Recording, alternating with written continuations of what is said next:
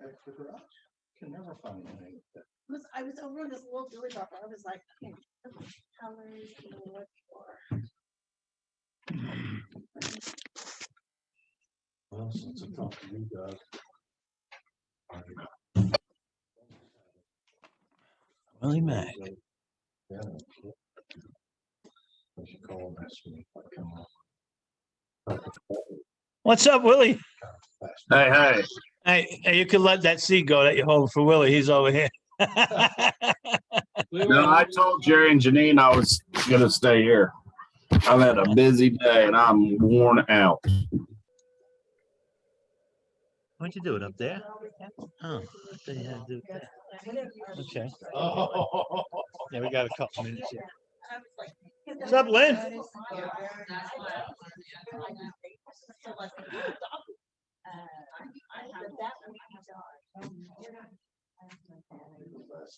Oh, yeah. Well, I started to- Fresh pad. She won't eat that. Good, how you doing? Barry Haynes. Nursing student. It's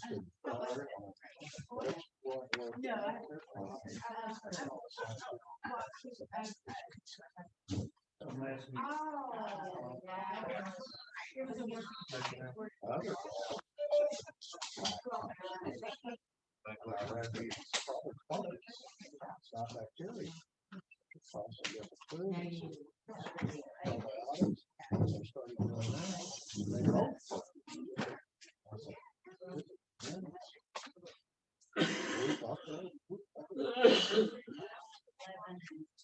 All righty. Now, I wake up in fresh pat. I go like. And maybe come over some. That's right. And it's bison. Yeah. I love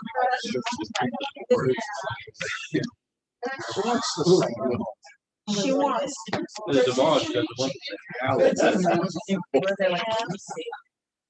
mean, that's right.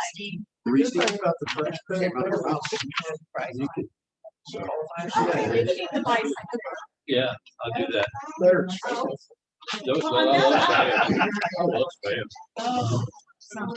Like it up here. We're gonna eat it.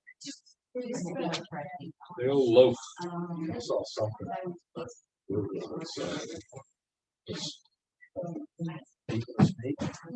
Yeah. Top 9 and 10.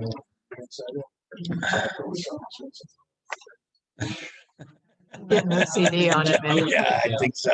Leave it alone. Well, you're like way over here. When I eat salad, I'll eat salad. Yeah. I don't need whatever that is. All right, everybody. Let's grab a seat. Welcome. Glad you're here. Week 22. Not for the faint of heart anymore. All right. Yeah. Uh-oh. Okay. Expect cake. So, we have completed the process of recovery. The first 7 steps is the process of recovery. We have completed that. So whatever you're working the steps on, you should have recovered from that at this point.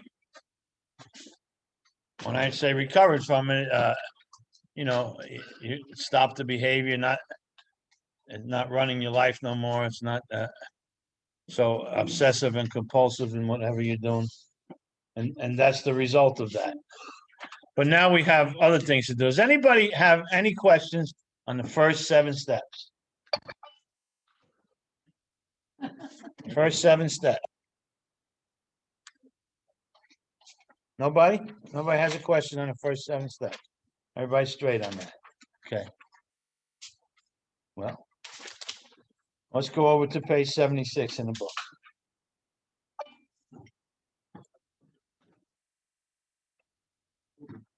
All right.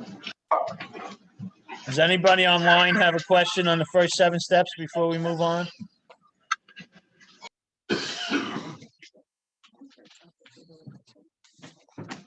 Okay, 76. 76, third paragraph. Now we need more action, without which we find that faith without works is dead. Let's look at steps 8 and 9. So over here, he's clumping 8 and 9 together instead of looking at them individually. Okay, so I don't know how many times you've been in a meeting and you heard somebody share that they're stuck on the 9th step, and you hear that a lot, that kind of stuff. Stuck on step 9. It is impossible to be stuck on the 9th step. You cannot be stuck on the 9th step. If that's where somebody's having problems and they're stagnant, it's the 8th step that they're stuck on. Okay, it's not the 9th step. The 8th step, just so we read, it says, made a list of all persons we had harmed and became willing to make amends to them all. So the willingness to make the amends is in the 8th step. Okay, so if you get the willingness in the 8th step, then the 9th step, you just go ahead and do it. Okay, so you can't be stuck on step 9. You can certainly be stuck on step 8, but these two go together because you're gonna get the willingness and then you're gonna do it. Okay. And these are really the last actions that we take before the promises start to be fulfilled for us. So on page 76, he says, we have a list of all persons we have harmed and to whom we are willing to make amends. We made it when we took inventory. So I think we talked about in the first, I think we talked about the that thing that a lot of people do, that real spiritual thing where they go with their sponsor into the woods and they burn their 4th step and they got a real spiritual experience out of that. I've heard that shared many, many times. But the problem with that is that if you burn your 4th step in some spiritual ritual with your sponsor, you have just burnt your 5th step, your 6th step, your 7th step, your 8th step. Okay, so if you have to keep it on the lock and key, go ahead, but don't burn it. Don't get rid of it. So you have a list because you made it when you took inventory. We subjected ourselves to the drastic self-appraisal. Now we go out to our fellows and repair the damage done in the past. We attempt to sweep away the debris which has accumulated out of our effort to live on self-will and run the show ourselves. If we haven't the will to do this, we ask until it comes. Remember that it was agreed at the beginning we would go to any lengths for victory over alcohol. So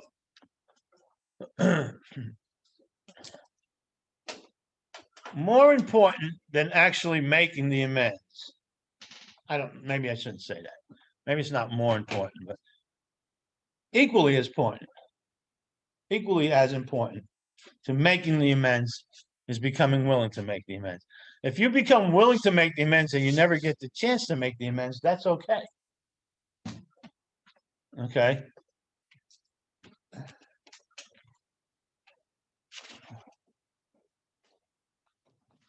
And don't forget, we're going to talk about this next week, but in the 9th step, it says wherever possible, not whenever possible. Doesn't say that. Okay, made direct amends wherever possible.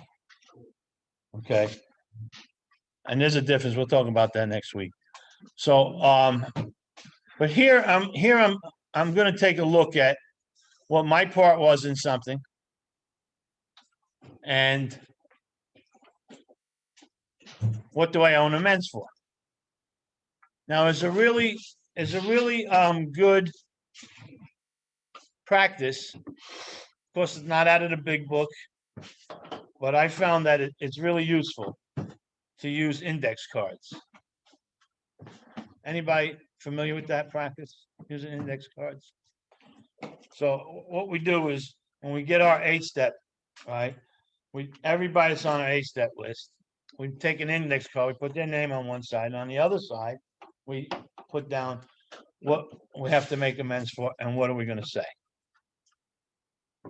And it's good to go over and practice that with your sponsor. it's good to practice what you're gonna say in an amends before you go make the amends. And even if you have to, take the damn card with you and read off the card when you're making the amends. And I've had people say, well, that doesn't seem like it's heartfelt. Who says it has to be heartfelt? Where does it say that? It says you have to make the amends. So if I have a card and I'm reading off the card and somebody says, well, it seems like you don't really mean it. No, I mean it. That's why I have the card. I don't want to say something that I shouldn't say. I want to stick to the point here. If I didn't mean it and I didn't care, I wouldn't use a card. I want to get it right with you. I want to tell you what I did. I want to apologize for it. And I want to see if I can make things right. Danny, I had an interesting thing show up yesterday with Sponson. Came over to my house and they talked to you about a mouse. And he's made his amends all over the place. Made his amends from his wife. But then she sent him a note saying, why did you treat me like everybody else? I'm just another person on your list. And she just ripped him a new, totally ripped him a new. He says, what do I do? I said, well, she's got a resentment. She's angry about some of the things that tried to kill her once. And, you know, shit like that. You can literally did an AK-47. I don't know why they hold that against you for a long time. That's not her problem. That's not your problem. You do what you're supposed to do. And her problem is that anger is now boiled and boiled. She's got her resentment. And if she in, you know, any program, she's not an alcoholic or an addict. I said, you know, you were honest and sincere. Comes up again and just say, I meant it. But what the hell can you do? What do you do? Well, see, again, this question in here came up last week, I think, or somewhere along the way. It sounds like you're trying to make the outcome of the amends rather than making the amends. But I sincerely, and when we get to the nice step, we'll talk more about this, but it's eyeball to eyeball. Direct amends means eyeball to eyeball. So it's not like write your letter, send you an email, or call you on the phone. It's eyeball to eyeball. And if I look you in the eye and tell you what I did and apologize for it, tell you that I'm sorry, and that hopefully with God's help, I won't be doing anything like that again. And what can I do to make it right? That's my job. That's it. I'm done. How you take that is not my business anymore. So we don't try to get an outcome from the amends. We just make the amends. Danny, on that though, isn't there a fine line, like they say, if I'm playing baseball and I break Mrs. Johnson's window and I apologize, the apology is not fixing the window. The amends is me going over, taking the broken glass out, put a new one in, put it in. So if I'm making an amends, isn't part of an amends saying, how did that make you feel? And what is this gonna take to make it right? Well, I don't need to ask you what's going to take to make it right if I broke your window. I need to, I'm not handy, so I'll just pay for somebody to fix your window. But yes, I need to fix the window. I need to apologize and fix the window. But after that, Or pay back if I extorted your company, if I was your manager and stole your safe or whatever. We had just lip service isn't enough. no, but I'm not saying it's just, I'm saying you make the amends. When you make the amends, I even said and asked, what can I do to make it right? Okay, I missed that part. Okay, yes, so- we do. But So we also can't let them hold us hostage on the other. we have to right the wrongs. Okay, that's what an amends is. It's righting the wrong. Okay, so yeah, we have to do all that, but when we do that, we're done. I don't need to be a doormat in order to make amends to you. You know, I don't need to go there with a you know, smart aleck, you know, mouth and stuff. I need to sincerely apologize for my actions, make it right, and then I'm done. But let me ask you in this way, because I can relate to this gentleman he's talking about, I think all of us can. Isn't there a point where the person comes back like the guy's wife? Don't we say, what is it What do I need to do to make this right? Don't we owe them that? Well, yeah, you asked on that the first time when you're making the amends. That's part of making the amends. What can I do to make it right? But what is, and that's a good point. But see, we're getting into the ninth step now. We need to talk more about the eighth step, but let's not lose focus on that. Let's follow along with that. So what is the amends asking us to do? What does the ninth step say? Make direct amends wherever possible. Except when you do something. All right, okay. So direct amends is eyeball to eyeball, okay? So there's two types of amends. Eyeball to eyeball and equal restitution. So let's use your example of the window. If I break your window and I go over there and I say, I'm really sorry, I apologize for breaking your window. What can I do to make it right? They said, well, paint my house for me and we'll be okay. No, I don't think so. You understand? That's not equal restitution. Equal restitution. Equal restitution. So and if I want, I could go a little bit above and beyond that, but painting your house and for breaking a window don't fly to me. And the same holds true with all other kinds of amends. Okay. So, but again, that's in the ninth step. So we'll talk a lot more about that when we get to the ninth step. Because some people, will take advantage of you trying to do the right thing, if I stole $100 from you, I need to pay you $100, possibly with interest. But I don't need to give you $1,000, right? And that would be the equivalent of breaking a window and painting your house. It's not equal restitution. So, okay. So what were we talking about? We're talking about the eighth step and excuse me? Index cards. Okay, thank you. All right. So that's a good practice. You don't have to do it. I find it very helpful. If you don't want to do that, then make a list. Okay, make a list of who you're making amends to. You should know what you're going to say to them, what you're making amends for, what you're going to say to them, and you should practice it. And it's good to practice it with your sponsor. And then when you go out, you make the amends. Okay. So, and there's, okay, so on the eighth step, what I did also, and it doesn't talk about this in the big book, but it kind of alludes to this in the 12 and 12. I make 3 columns in the eighth step. So my eighth step list, I have 3 columns. And all the way to the left on the top of that column is I put can't wait. That's the title of that column. Can't wait. No, that's in the third column? Oh, To the third left. one. Okay, I'm with you now. Just left. Can't wait. In the middle, on the top of the middle column, I put don't care. So one way or another, I really don't care if I make the amends. Big deal, And on the right, I just put never.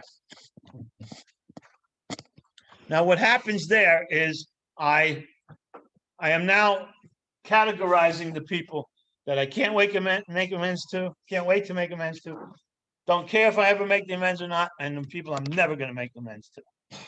8-step list. 8-step list, yes. So on your 8-step list, it's a good idea. And again, the 12 and 12 alludes to making columns and categorizing them. Okay, the big book does not. So the 8-step list, if I have 3 columns, I now have some direction on where I can begin. Now, depending on how your sponsor is, your sponsor might take you all the way over to the right column and say, okay, make this one first. That sucks when you got a guy like that. Okay, can't wait. And this, you call it what you want. This is my names for them.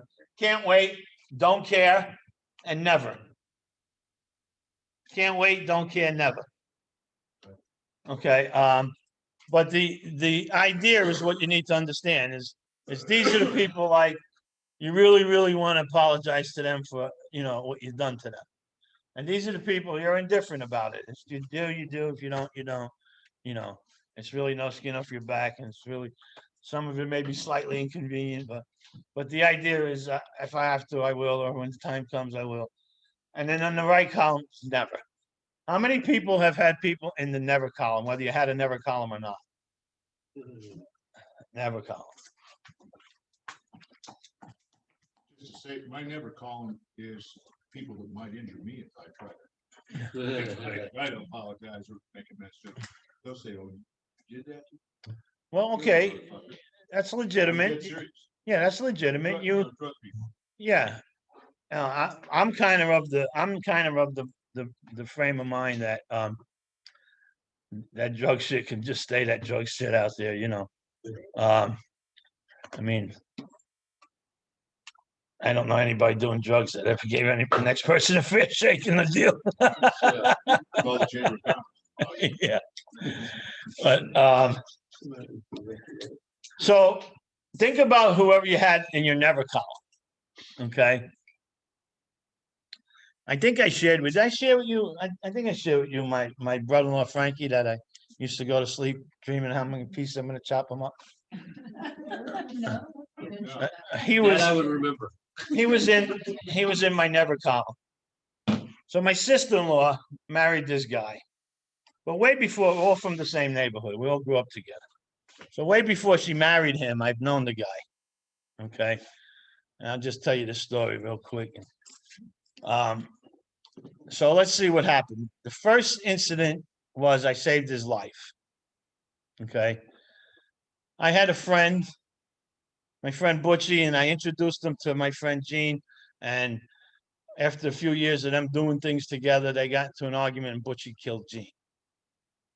So he killed him. He had a deli. He wrapped him up in the apron from the deli and took him upstate New York and dumped him. And they found the body with the name of the deli on there. So they went to the deli and they arrested Butch.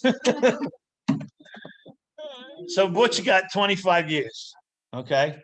And he's doing 25 to life. Now, this is way back in the 70s, in the early 70s. And some years go by, and Frankie was selling cocaine with two brothers, the Profada brothers. We're all from the same neighborhood. And the Profada brothers got arrested. Frankie didn't. And he didn't even pay for the lawyer, send the lawyer to. Not only did he not pay for the lawyer, he didn't send them any money. Not only did he not pay for the lawyer and send them any money, he took all the money from the business. So these guys, they got like 10 years or whatever it was, and they were in a medium security prison. Now, years go by and Butchie is getting ready to get out in about a year. So they move him from a maximum security to a medium security, and he's in the same place as the Profada brothers. And they make friends. And the Profada brothers hire him when he gets out to kill Frankie. You got that scenario in your head? Okay. So I had a social club in Little Italy, and Butchie gets out and he's trying to figure out who this Frankie guy is, and he finds out that he's my brother-in-law. Now, Butchie's already nervous that I'm mad at him because he killed Gene. I'm not mad at him. It just happened. So he finds out Frankie's my brother-in-law. So he comes to me and he tells me the whole story. I didn't know anything about this. So I said, all right. So I call Frankie down, make him come down. Frankie comes down. I said, you know who this guy is? He says, no. I said, that's my friend Butchie. Hi, Butchie. You know what he's here for? No, he's here to kill you. He's supposed to kill you. Kill me? Yeah, the Profada brothers hanging him. Turns white. So anyway, long story short, I make a deal with Frankie, pays him some money every month, every week, whatever it was, and he's going to send it to them. He makes 2 payments to the guy, and he stops paying him. Now the guy comes back to me and says, he stopped paying me. I said, listen, I'm out of this. Do whatever you got to do. If he ain't paying you want to kill him, I wash my hands with it. So Butchie's thinking, Danny don't mean that. He's looking for an excuse or something. So Butchie said, the hell with it. I'm washing my hands with it. I don't want nothing. So I saved his life, right? Okay. Years later, I'm in Rikers Island. I'm doing a year because I got caught with a gun. In New York City, you get caught with a gun, you got a year in Rikers Island. I'm in Rikers Island, I'm doing a year. I call my house one night from, in the prison there. My wife says, you got to call Frankie, he needs you bad. Something happened. I said, okay. I hang up with her, I call Frankie. Now I'm in the jail. I'm doing a year sentence, right? Frankie says, I got a job doing, had a company that did hardwood floors, and he was doing his floor for the Gap store. And this is when the Gap store was big and expanding. He said, I'm in Manhattan. I'm there 20 minutes and the union came and shut me down. He said, Danny, if I don't do this job, I'll never get any work from them again. But if I do this job, I'll get a lot of work from them. So I said, okay, I'll call you right back. I hung up with him. I made another phone call. I called him back. I said, here's the deal. Any Gap store business you get, we get 10%. So add on 10% to the job. And he says, you got it. And I said, go to work tomorrow. Nobody's going to bother you. And he went, he did the job, did a good job, and they hired him. And he did all the Gap stores from Florida to Maine, from New York to the Mississippi River. It was all his company. Became a millionaire just doing Gap stores.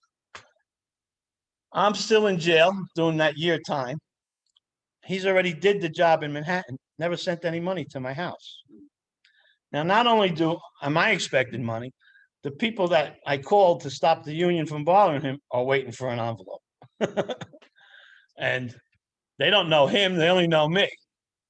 So they're waiting for. So every night, this guy's not paying me. And every night I'm going to sleep and I'm thinking, when I get out, I'm going to chop him in how many pieces. You know, people go to sleep counting sheep. I went to sleep counting how many pieces I could make of Frank, right?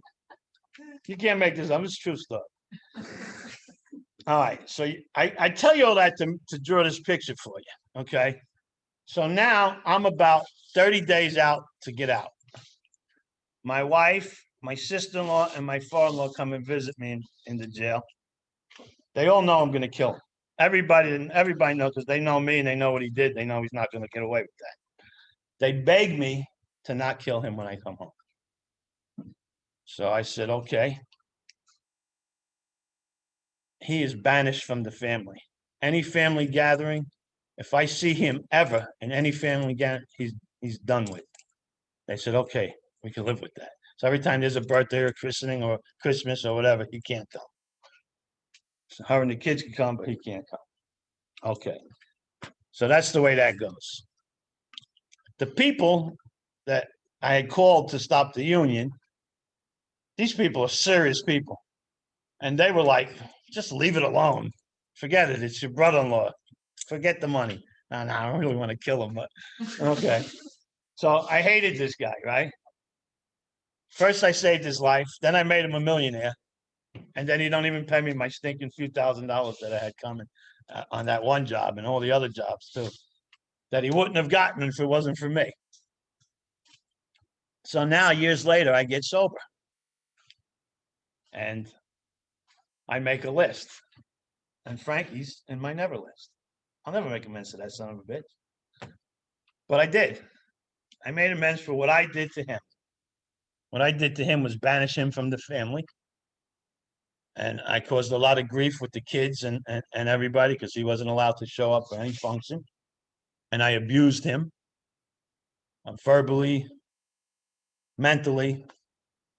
And he had lots of issues because of the things that I did to him. Not my doing, his doing. But anyway, so that's the story with that. So when I work with people today and they say, who's in their never list? I don't even want to hear it. I don't even want to hear the story. You're going to make amends, because I made amends to Frankie. And so you can make amends to whoever you're going to make amends to.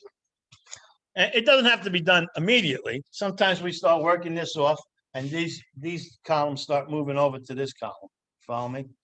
But that's the important thing, is that once you start doing it, you can't not be willing. You just got to ask God for help. You got to pray for the willingness, and it'll come. If you're willing to stay sober and grow spiritually and do this deal, you will make the amends you have to make. How does that jive with accepting to do so would injure them or others? Because there are some people in my past to reach out to them would injure them or me. And And that's never gonna change, no matter what my opinion. That's okay. That's okay. I'm not saying that every scenario has to be done. With Frankie, he's not gonna harm me. Right. And he was scared of me, you know. So there was no reason why I couldn't make amends to him, but there are scenarios that people have where they can't approach somebody. And that's okay. So you don't ever have to completely. You don't have, never- you don't ever have to actually make the amends. You just have to become willing to. Right. So if you can honestly say to yourself and to your sponsor and to God that you are willing to make this amends, and you can't really do it because it'll injure them or others, then you're not another though. You have to understand that. Right. It doesn't say them, others, or you. It just says, what does it say? Them or others, right? Right. Yeah, and you're not another. So, but if, Why didn't it say that? Why did they leave that out? because they don't want you to use that as a scapegoat. Oh, I can't do that because I'm gonna get, but there are, listen, if they're gonna kill him and killing him would harm the wife and the kids, well, then that's okay. But you're not to let yourself off the hook because you're gonna face some consequences. What was that guy's name?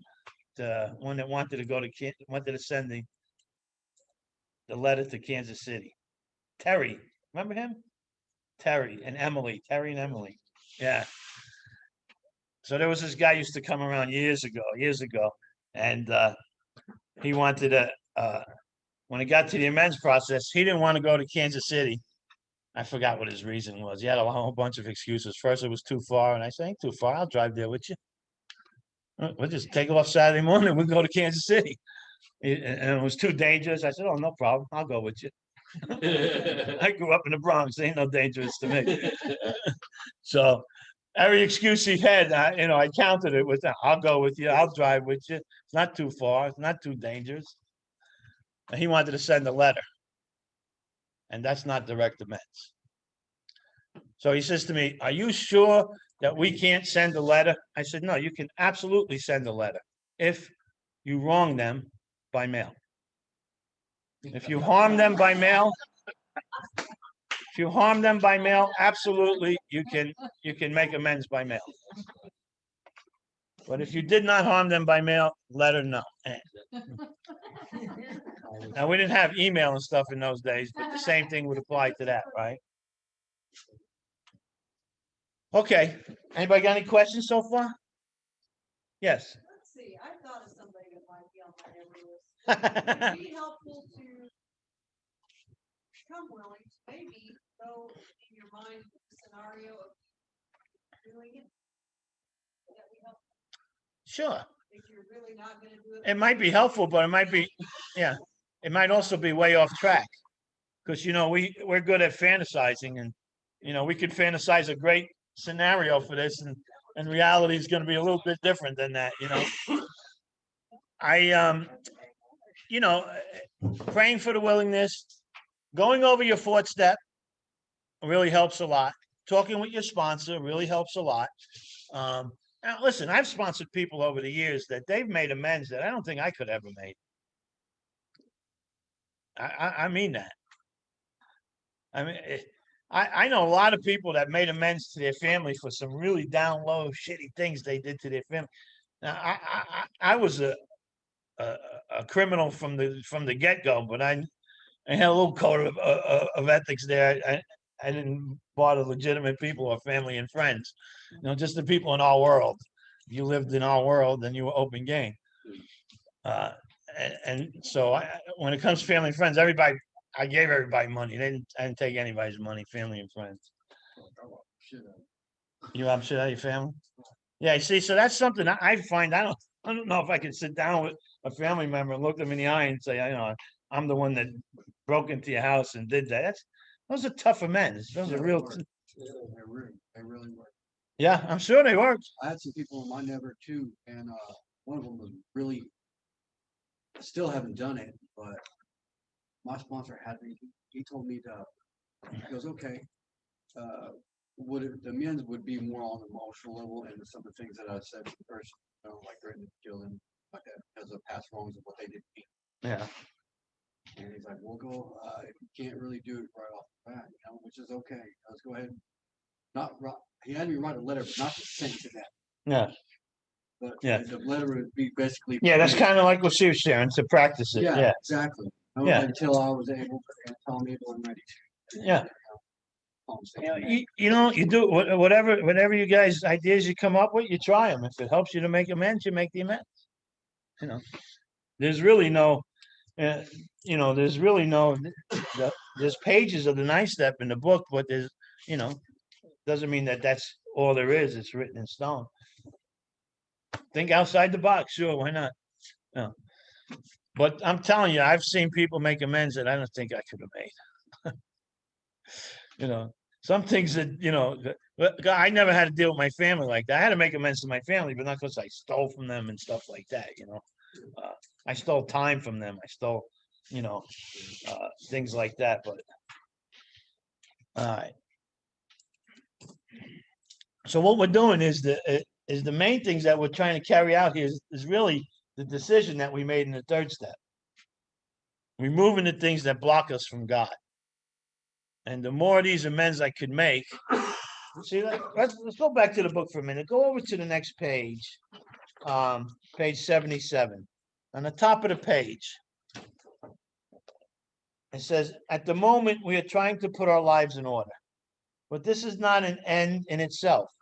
Our real purpose is to fit ourselves to be of maximum service to God and the people about us.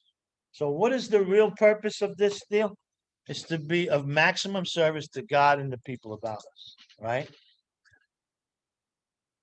So the more people that I could make amends to, the more I could look the world in the eyes. The more that I could look the world in the eyes, the more people I have in my sphere. And the more people I have in my sphere, the more useful I could be to God and others. Does that make sense? So that's the real purpose of this thing, is to be of maximum service to God and the people about us. Okay. And so clearing up all this wreckage is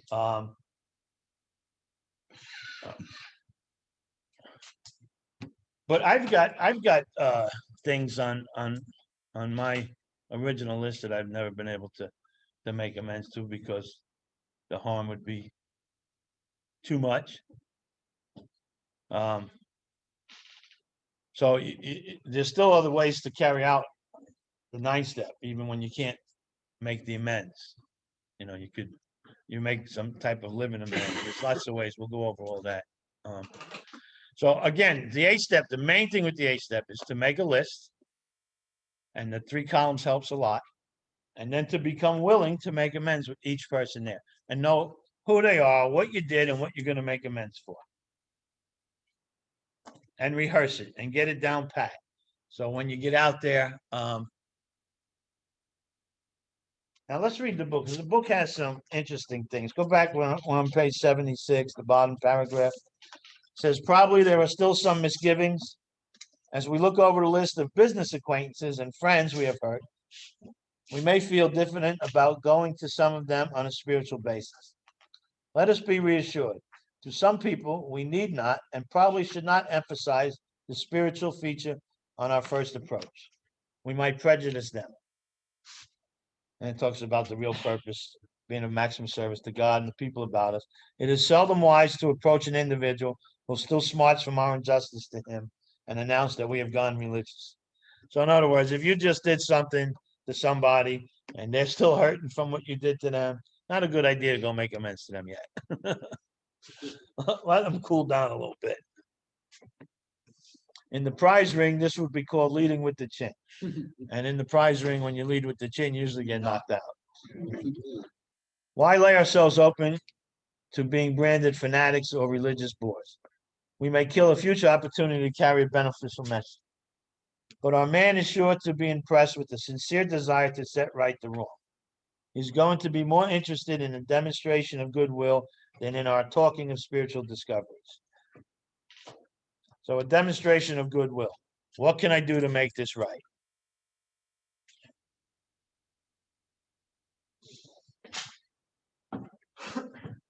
Danny, Yes. is being spiritual religious? Is being spiritual religious? Yeah, the book talks about being spiritual, No. but here he's talking about this. We don't want to let them know we're about religion. Well, because usually when we go to somebody and we start talking about how spiritual we are now, because we're members of AA and we've got this program, you know, it's kind of like Abby told Bill that he found religion, right? Oh, yeah. Okay, so but not so much in the sense of Catholic, Protestant, Jewish. AA to me is a religion. Okay, yeah. So AA to me is my religion. I try to live my life by the principles of Alcoholics Anonymous. It's a pretty damn good religion. If you take a sorry sot like me and change him, it can do it to anybody. I bet Butchie appreciates it. Somebody that's still breathing. So it says the question of how to approach the man we hated will arise. There you go. It may be that he has done us more harm than we have done him, and though we may have acquired a better attitude toward him, a better attitude to him, we're still not too keen about admitting our faults. Nevertheless, with the person we dislike, we take the bit in our teeth. It is harder to go to an enemy than to a friend, but we find it much more beneficial to us. We go to him in a helpful and forgiving spirit, confessing our former ill feeling and expressing our regret. So, not an easy thing to do. But if you're in this program and you're doing this deal, you'll come to this kind of stuff that's just not very comfortable at all. But it has to be done. Hey, Danny, Yes. let's say you gotta make a financial amends, like say to your brother. And you go to tell him what you did, and you go to hand the money, he says, no, man, you just keep doing what you're doing. I don't have to have the money. Yeah. But ain't it really smart for us to go ahead and give him the money, because that's about cleaning up our records, you know what I mean? Yeah, most people, when they have to make financial amends and the family tells them, no, you just keep doing what you're doing, they Right, walk away going, yeah. Yeah. exactly. But you Gotta hurt a little bit. you find that if you take that money and utilize it for something for that person, or to the benefit of that person or that person's name or business or whatever, Yeah. that it serves really good purpose. And the thing to do it is, and not tell them that you did it. That's the hard part, Yeah, because we always want that attitude. do the right thing just because it's the right thing to do, not to get anybody, not to tell everybody that you did the right thing. So if somebody says, oh, no, just, we're glad you saw, we keep doing that, well, make a donation to that person's name to us, or buy something they need and leave it for them anonymously, They may suspect it was you, but you don't have to tell them it's you. So yeah, and we'll talk a lot about financial amends.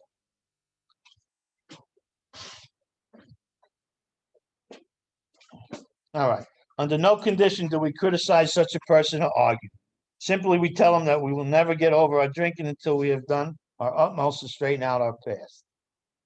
We're there to sweep off outside the street, realizing that nothing worthwhile can be accomplished until we do so. Never trying to tell him what he should do. His faults are not discussed. We stick to our own. If our manner is calm, frank, and open, we'll be gratified with the result. And again, if we don't have the willingness to do it, that's what the 8-step is about. We look over our part, we talk with our sponsor, and we pray until the willingness comes. And one thing you have to understand when it comes to the 9th step, we do not make the 9th step to make everything okay. That is not the purpose. That is not what you should be looking for. To make everything okay is not what the 9th step is about. things may never be okay when it comes to you and some people or institutions. Okay? Hey, can you get me half a cup? Thank you. So that's important. So don't have an attitude if everything's gonna be great. And we're not there to make things great. We're not there to make things okay.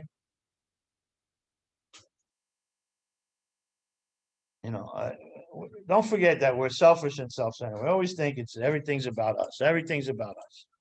And so we start fantasizing and planning out how things are going to be because I'm spiritual, I'm sober, I'm making my amends, and this is the way it's going to be.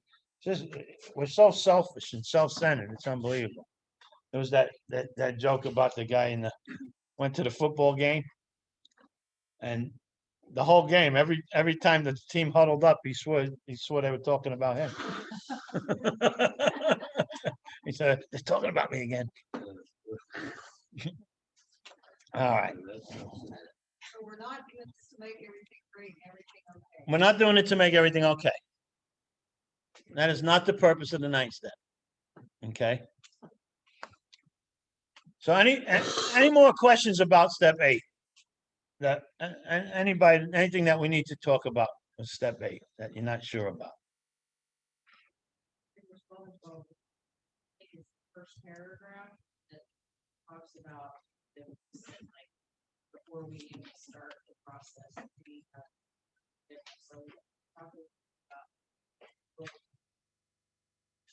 Yeah, it's a good point.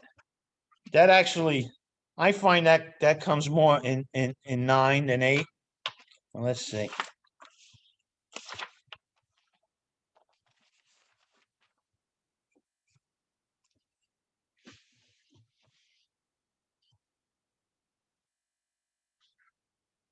Full paragraph. These obstacles, however, are very real. The first and one of the most difficult has to do with forgiveness. The moment we ponder a twisted or broken relationship with another person, our emotions go on the defensive. To escape looking at the wrongs we have done another, we resentfully focus on the wrong he has done us. We kind of talked about Sunday at the relationship workshop. This is especially true if he has, in fact, behaved barely at all. Triumphantly, we seize upon his misbehavior as the perfect excuse for minimizing or forgetting our own. And we need to fetch ourselves up shortly. It doesn't make any sense when a real tosspot calls the kettle black.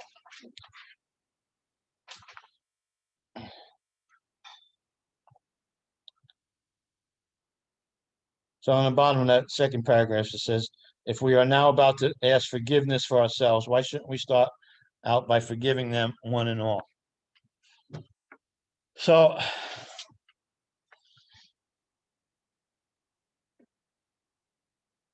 when we do the Lord's Prayer at the end of a meeting, what are we asking there? We're asking God to forgive us our trespasses as we forgive those who trespass against us. So what are we really asking God in that prayer? Forgive me the way I forgive others. Yeah, we're asking God. So you need to be careful when you pray that prayer. We pray it at the end of every meeting and we don't really pay attention. Yeah. But you really need to pay attention because what I'm saying to God is, I want you to treat me like I'm treating others when it comes to forgiveness.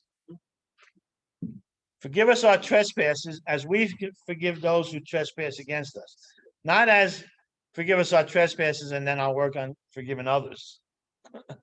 Forgive us our trespasses as we forgive those who trespass against us. So God, forgive me for my trespasses to the extent that I forgive others for their trespasses. Yeah. I noticed that a lot of the other steps have a lot of prayers that go with it to help you along. Why doesn't every step have? There's always the biggest prayer of all. God help me. Hey, Danny, I got a question. Yes.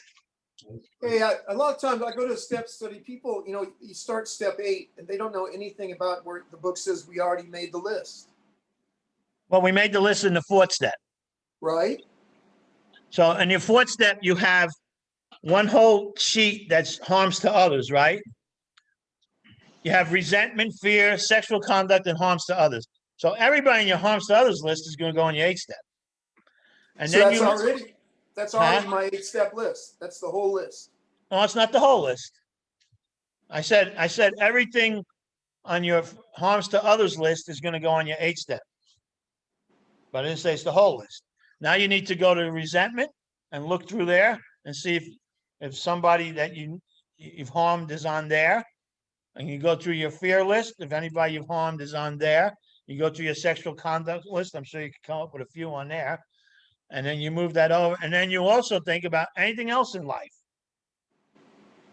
Is there anybody else or anything else or any institution that, institutions are big, we kind of want to pass those up. But yes, basically, your whole sheet of harms to others, that everybody on there is going over to your 8-step. Why? Because it's harms to others. You've harmed them. Thank you. Yeah. Good question, though. So, yes, Mike.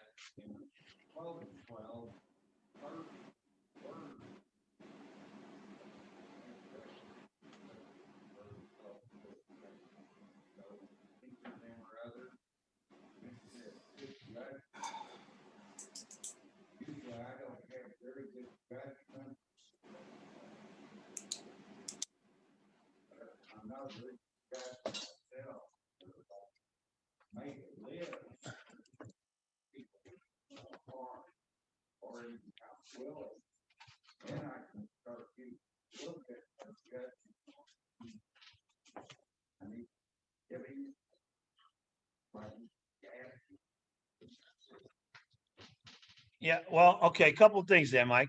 So the first thing is good judgment they may not be talking about you. Okay, if you just said you don't have good judgment, well, then we're not talking about you. So who are we talking about? We're talking about your sponsor. Talking about people outside of you and your head that can see a situation that you can't see because you're the one in it. So the good judgment is going to come from other people, and you're going to be praying and talking to God about it. Talk to your sponsor about talking about other people. From there, you'll get good judgment. Okay, so you don't have to know what good judgment is. You just have to have the people in your life that'll teach you what it is, and they'll tell you. Then you do it, and you'll learn, and then you can show somebody else what good judgment is. On page 82, step 8, it says a quiet, objective view. You are steadfast. I think that's really nice, instead of like trying to like get involved in a big detailed thing. And Yeah. mea culpa and everything. I mean, Right. That's why I suggest you write it down and you rehearse it and you talk about with your sponsor and so when you go to make the amends, you there's no hesitation. There's no, I'm not lost. I know what I'm there for. I've, shared it with myself, looking in the mirror 100 times on the way here, and I'm just going to go ahead and make the amends. Touch on something and you went past it, and I want to talk about it a little bit. You said institutions, that we don't do those. I said we don't do them enough. We don't do enough, and because they're awkward, it's weird. So let me tell you my scenario. Been at 12 treatment centers, pretty much. 7 treatment centers. I was at 7 treatment centers back to back. So I guess a treatment center would be considered an institution, correct? And Yeah. then you got this drug counselor there that went out of his way to put his foot on my neck and do all this and that and whatever. This is 12 years later, and I look back at that. And I could see if I was a year sober or two, and I think, well, maybe it wasn't that bad, but he was in recovery too, and others were sick too. But anyways, here's an institution. So how do we make amends to an institution? So the amends that I made, I don't feel like that counselor personally I would amends to, but I defamed this institution. I did a campaign, a smear campaign against them and badgered them and stuff. That's just one example of many, I'm sure, of an institution. Let me present that. So to me, to go back to an institution where staff changes, it's 5 years later, 3 years later, 12 years later, how do you do an amends to an institution? Okay, and that's really easy, but I'm going to hold that to when we start doing the 9th step next week, and I'm going to cover that. But I do want to touch on something that you mentioned. You're talking about how you defamed the place. This is a lesson.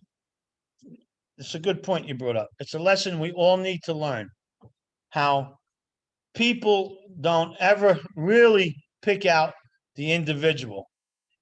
But rather, so let's say your group, let's say we're in the May Club here and we're having a meeting and you start talking about, I don't know, the devil and, you know, and your social beliefs, whatever, okay? And I get offended. When I leave and I go talk to everybody about what happened, I'm not going to say Doug did this. I'm going to say, you know what happened at the May Club?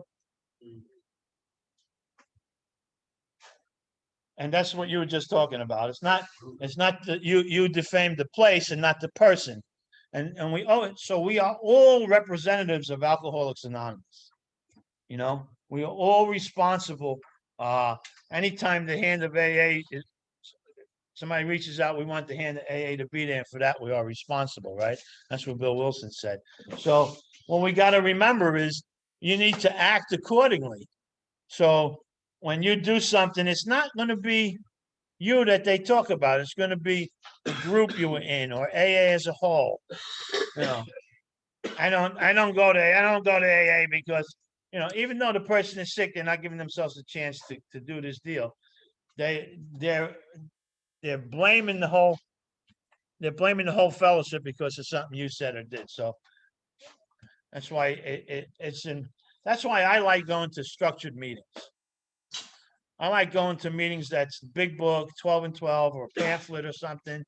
And I like to stay in structure. I don't like going to these open topic meetings, but I really don't give a shit about your washing machine if it works or not. And you know, or what happened when you burnt down the kitchen because you overcooked. So I'm not interested in that shit. I want to know. Yeah. So we need to keep that in mind. Okay, we got 5 minutes left. Let's just stay with questions and we'll finish. We'll keep talking about this next week. I want to tell you, yes. Having your responses, I've done that too, and I did that personally. It's the name on one side and specifically what harm I did on the other side. But it seems like I should also have a conversation with my sponsors about how they are going to prepare like for each harm that they did to that individual. How are you going to prepare that? Yeah. So that's what I do with the cards. And the cards I have the name and what you did to them, all on one side. And on the other side is how you're going to make amends, what you're going to say and do. Yeah. Yeah. It's really helpful. You said you should never burn the stuff. Never burn your thoughts there. There was a woman down at the Kelly Club, her husband's lawyer subpoenaed.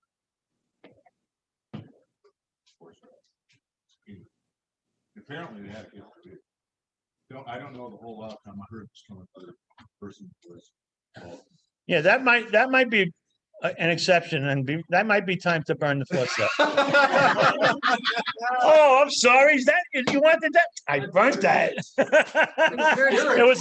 I had a spiritual experience with my sponsor. We went in the woods, burnt Long it. time ago. Yeah. So if your sponsor is involved in litigation with your spouse over financial matters, child custody matters, then you want to think about where that document's going to end up. Well, I said before, don't burn it, keep it under lock and key if you have to. Yeah. So, yeah. But, yeah, if the husband subpoenaed the fourth step, good time to burn that son of a bitch. Oh, yeah. One thing you mentioned, and I don't know if we know it enough, but you talked about what you did to him and what you're going to do to make it right. Is it important when I go to make the amendment that I have an idea of what I'm willing to do to make it right? Because I don't want to end up painting some guy's house, breaking the window. Shouldn't I know I'm only going to replace the window no matter what that guy says? Yeah, equal restitution. Okay. Some of that's not so clear cut. Yeah. Well, that's why you discuss it with your sponsor. And that's why you rehearse it and you go over it, because when it's time to do the amends, you know what you're doing, why you're doing it, and how you're going to do it. And you know the limits of where you're going to go with that. You know. Okay. So, I mean, is it unreasonable for somebody that you took $2,000 from 5 years ago to say they want the 2,000 plus interest back? No. That's not unreasonable. Is it unreasonable for somebody to say, you took 2,000 from me, I could have made money with that, you owe me 10,000? I'm thinking of things more, less tangible. Not money, not a window. Well, You hurt me, here's what you need to do to make it up to me. You understand what I'm saying? I mean, you can open up a Pandora's box there, but And that's what I'm asking is. every case is individually different. Every case is a case on itself and look at. But I'm gonna tell you one thing. We're gonna learn something in the ninth step. I'm gonna promise you, I'm gonna teach you something in the ninth step that most people don't know, and it's gonna be a life changer in your recovery. So stay tuned. Same back I time, don't know about same next week, back but check. if not next week, the week after. All right, any other last questions? Say my question. All right, well, we got a couple of minutes. What is it? Well, I'm willing to make this amends, to an institution, Okay, namely a casino, but what happened at the casino, but it was an individual that it happened to, but they will not release the name of that individual. So. did you get in a fight in the casino? No, man, I was. I You almost stole did. something? Well, they dropped their ticket and I picked it up, and cashed it out. We bought a bunch of fucking drugs with it.